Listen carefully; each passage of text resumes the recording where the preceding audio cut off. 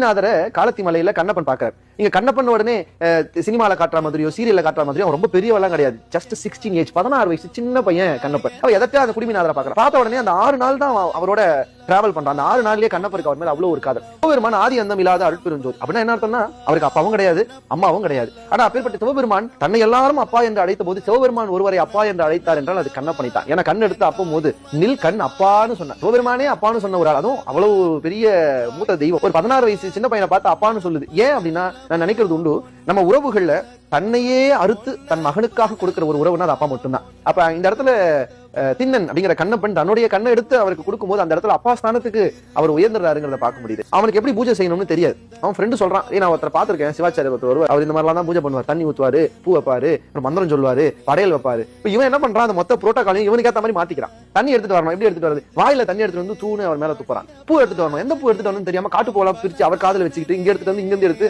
சிவபெருமான் மேல வைக்கிறாரு. என்ன அமுது படைப்பது தெரியல, ஆனா அக்கராடிஸ்ல செய்ய தெரியும், ஒரு வேடம் தானே. அவனுக்கு தெரிஞ்சதெல்லாம் மான் கறி, புலிக்கறி, பன்னிக்கறி. பன்றிக்கறி தான் அவனுக்கு ரொம்ப பிடிச்சதுன்னு அதை வேட்டையாடி அதை சுட்டு அதை எடுத்து வாயில கொஞ்சம் டேஸ்ட் பண்ணி அதுல எது ரொம்ப சுவையா இருக்குங்கிறத பார்த்து எடுத்துட்டு வந்து கடவுளுக்கு வைக்கிறாங்க. கடவுளுக்கு ஒன்று படைக்கும் போது என்ன யோசிப்போம்னா, மூக்க கட்டிக்கோ, எச்சப்படக்கூடாது, டேஸ்ட் பார்க்க கூடாது. ஆனா நம்ம சாம்பார் உப்பு இல்லையா பரவாயில்ல நம்ம போட்டுக்கலாம், நமக்கு சாம்பார்ல உப்பு இருந்து சாப்பிட்டுக்கணும், அவருக்கு திருப்பி சாப்பிட போறாரு படையல் வச்சிரு அப்படின்னு நம்ம இன்னைக்கு நினைக்கிறோம். ஆனா கண்ணப்பனோட அன்பு அவர் உண்மையிலேயே சாப்பிடுறாருன்னு அவர் நினைக்கிறார். இந்த படையலை நீ உண்மையிலேயே வந்து சாப்பிட